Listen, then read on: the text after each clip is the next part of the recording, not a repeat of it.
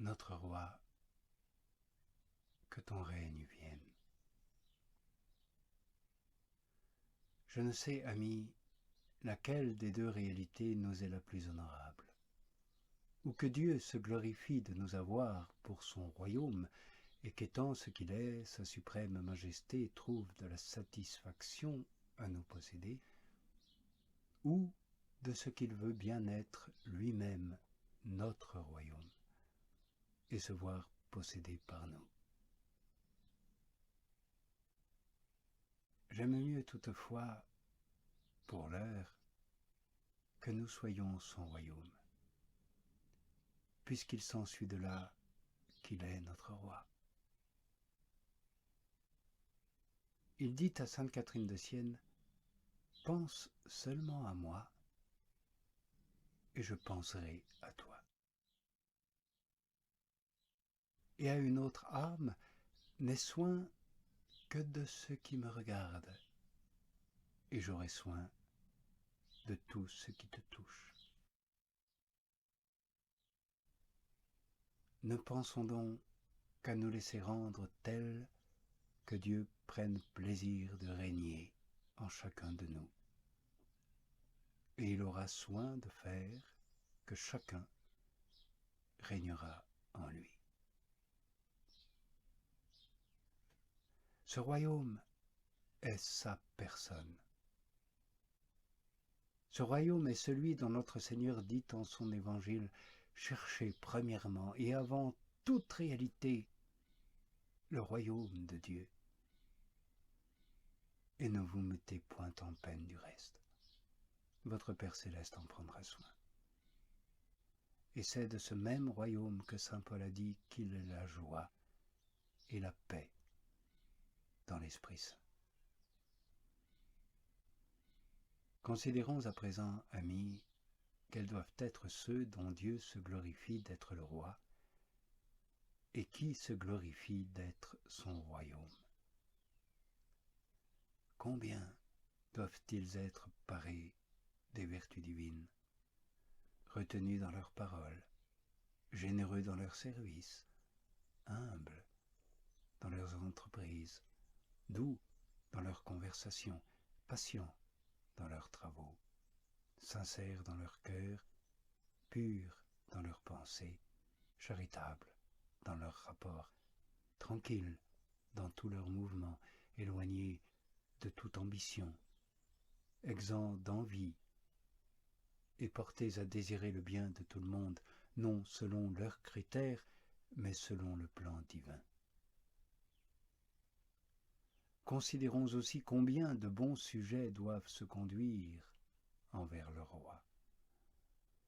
Et élevons nos pensées vers le roi du ciel pour connaître de quelle sorte nous devons nous conduire envers le nôtre. Et considérons bien ce que nous disons quand nous lui demandons que son royaume nous arrive. Nous vivons tous ici-bas, amis, sous certaines lois naturelles que nous sommes tenus de garder. Nous devons tous travailler, chacun communiquant réciproquement à l'autre ce qui lui manque selon la grâce qu'il a reçue. Et nous sommes tous obligés d'employer nos biens et nos vies pour notre roi, avec un désir sincère d'accomplir sa volonté. Quand on nous fait tort, c'est à lui qu'il nous faut recourir pour demander justice, non au monde. Et dans nos nécessités, c'est en son assistance qu'il faut chercher du remède, non en celle du monde. Et chacun doit le suivre selon la capacité, les moyens qu'il a reçus. Et cela sans jalousie. Ceux-là même qui ne l'ont jamais vu s'efforcent de le suivre et désirent de le voir. Que si, en raisonnant sur les conditions qui se rencontrent dans cette belle création si bien gouvernée, nous les rapportons à notre sujet, nous trouverons que ce que nous devons demander à Dieu est que ces saintes lois soient bien observées. Que tous ces sujets observent fidèlement l'ordre qu'il établit, qu'il jouisse d'une heureuse paix et d'une agréable tranquillité en lui.